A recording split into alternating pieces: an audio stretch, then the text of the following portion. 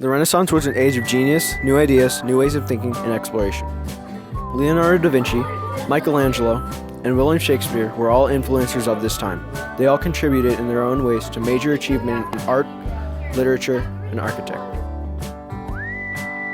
The Renaissance art is well known throughout the world. The paintings and sculptures are more realistic, lifelike, and with depth and geometry in depth.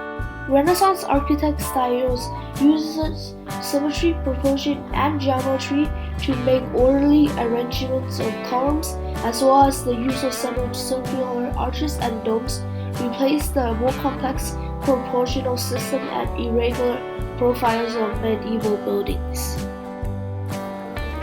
Leonardo da Vinci received training in Florence, Italy. For 17 years of his life, he worked at the court of Milan. Da Vinci was known as the Renaissance man because he had many talents. He was a scientist, painter, inventor, and could do many other things.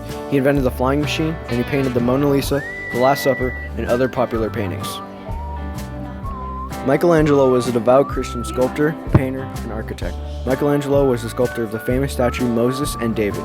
These sculptures were sculpted with intense details. They even had veins.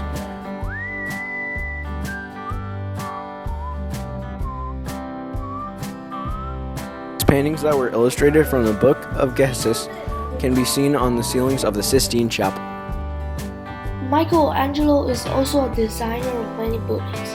One of his most famous work is designing the dome for the famous St. Peter's Basilica, which is freestanding with no internal support from the inside. Shakespeare is an immensely well-known playwright and poet. He is very widely regarded as the greatest writer of his time and even in the history of the English language. He was born in 1564 and died in 1616. He was married to Anne Hathaway. No, not that Anne Hathaway. This Anne Hathaway.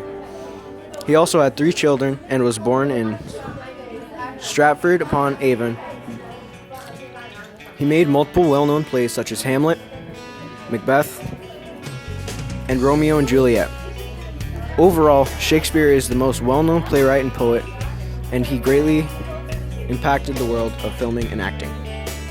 Above all else, the Renaissance was pretty lit.